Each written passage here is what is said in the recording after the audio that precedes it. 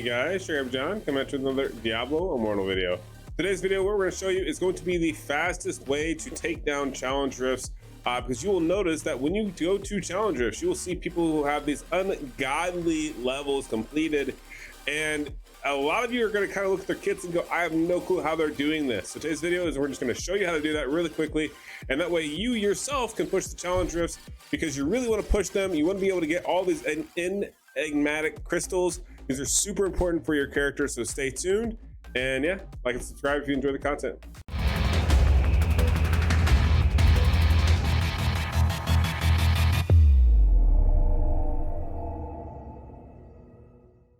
All right, so before we go into detail on the challenge rift, let's explain to you why you need to do challenge rifts. There's a few different reasons. I'm sure you saw another one of videos on my channel where I talk about getting hoodwinked by Diablo Immortal, because they actually hide some of the objectives, so to speak, in the challenge rifts. I know a lot of players out there do not complete for challenge rifts for the leaderboard. They don't play them. And you know what? That's okay, but you need to make sure that you are pushing them forward, because there is a lot of things locked behind there. Now, you will see that on their challenge rifts, I am currently the 16th in my server at level 69, but our leader of the challenge rifts is at 90. Now, if we look at his particular build, he's high up there, but how high is he really? Is he doing this because his resonance is this high, or is he using some strategies to help achieve some other goals and push forward in challenge rifts? So it's going to be a combination of the both, just as a heads up. Obviously, he's high Paragon level, he's high resonance level, but he's going to apply a few other aspects into this that make him push these higher levels faster. Like, for example, Chuck No Rush, I know him. I know about how much money he's spent, and he is not, I don't believe he's just under the resonance. Yeah, he's 1,000 resonance below, and he's at level 85. Now, how is he able to do that for someone who's 1,000 resonance? And for those of you who are wondering, 1,000 resonance is going to be approximately another $500 to $600 spent than Chuck No Rush. So there's $500 to $600 difference between these two characters. However, he's at 85 and he's at 90. How is he able to get this high? So there's a few strategies in mind, and why we want to push these is because you want to get these crystals, so that way you can upgrade your gear on this side over here. You need to get these all to level 6 as quickly as possible, because that'll allow you to reforge stats. Now, one way that they are doing this is they are either they're going to go in here and they're going to say find a party and try to complete this. They're going to look for a carry. Now, that is a lot harder method than what I would suggest. What I would suggest is we're gonna go ahead and we're gonna pop down to, just for purpose of this video, I'm gonna pop down to like level, I don't know, 68. I think I just did this one a couple of days ago before I actually upped a little bit of my combat rating. So it should be a little easier. I wanna point out a few things. So one, oh, this is not gonna be a good one. I hate this map. It's okay, I think we'll make it work. As we get close to enemies here, you're going to see that my monster difficulty level is listed here. Now, what does this mean, and what should you be aware of?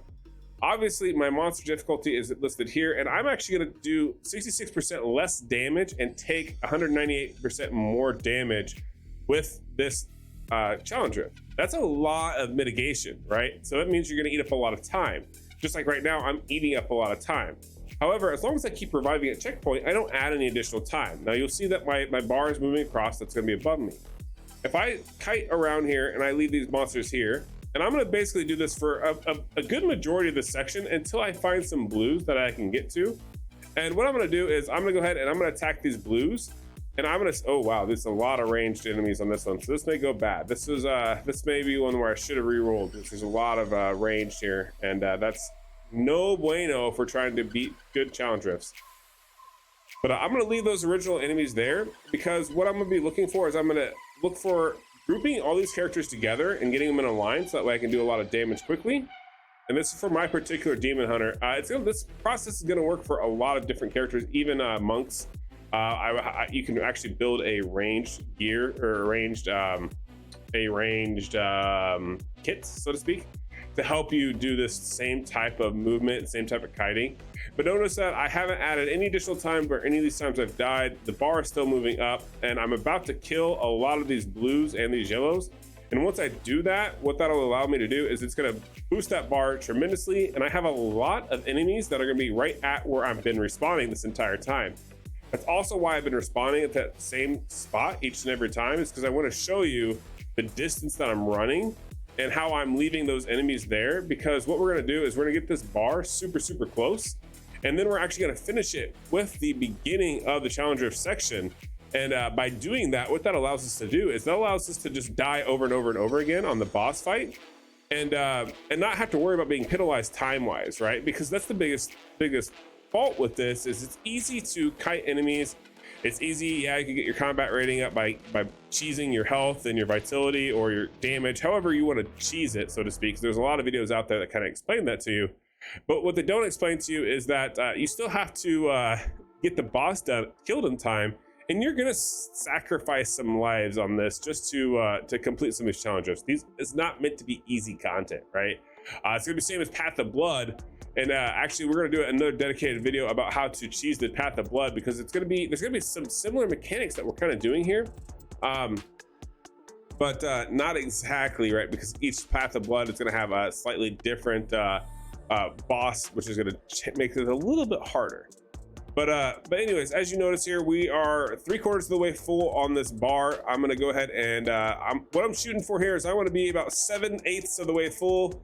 You know, fractions and whatnot. Basically, I'll tell you exactly when I hit the amount of bar that I want to be hitting. It's going to be kind of low as far as what would be needed to finish it up. So notice that here, I need maybe a few more kills on to finish up this bar. So what I'm going to do is I'm going to go ahead and let this golem kill me.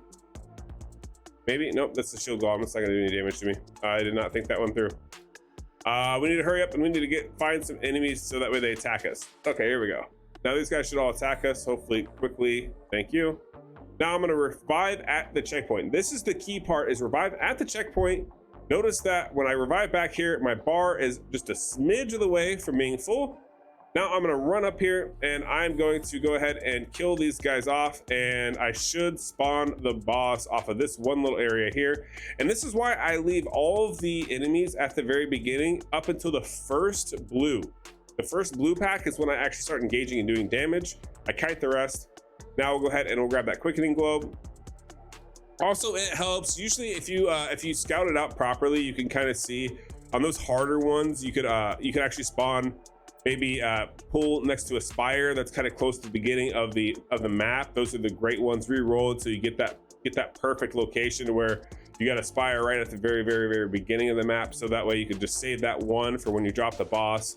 A lot of times what I like to do is I just kind of go in here and I just haphazardly go through and attack the boss here, and then I just do my best to try to get it down to like 1 level each time, take the health potions, and then I'll usually die like that, because like I said, at this point I'm not really trying that hard. All I'm trying to do is just do as much damage as quickly as possible. I'm not really paying much attention at all to the mechanics here, because I know I can just I know I can just respawn and be right there on her.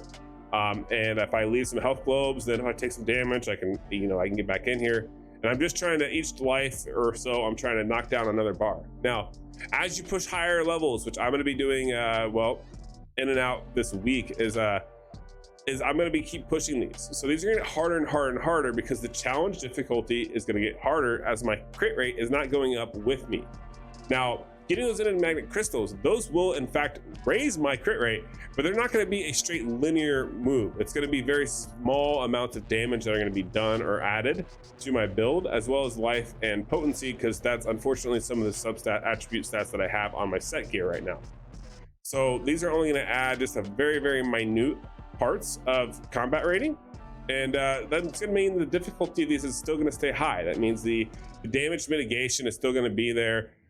Definitely go check out my video where I talk about damage is greater than combat rating, because you'll notice that in that video, which I'll probably re-record another little tidbit about it, where I point out a better example of how you can have a really high combat rating but have 0 damage abilities. And what that does for you is it kind of cheeses you to where, yeah, you don't have to mitigate as much as possible, but you're not going to do as much damage. So still doing content like this will not be possible, because you won't do enough damage to complete it.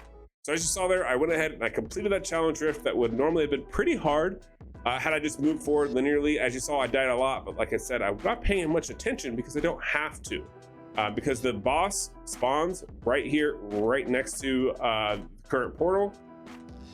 so that makes it super easy for me just to die, respawn at checkpoint, complete the battle, and cheese my way through it. So I'll leave that, and that one was complete. That took me a few extra minutes to kind of navigate that way back there. But in the end, I had plenty of time to kill the boss. So definitely use this method to help you push the challenge risk, because you want to be able to go to that blacksmith and upgrade all of your gear on this left-hand side of your character, because it's going to do a lot of damage increase for you, as well as a lot of stat bonus for you as you upgrade them higher and higher and higher. Hope this video helps you guys. I hope this allows you to push your own challenges faster, quicker, make you stronger, better, hit harder. And don't forget to like and subscribe if you enjoy the content. I can't wait to see you guys in the next one. Peace.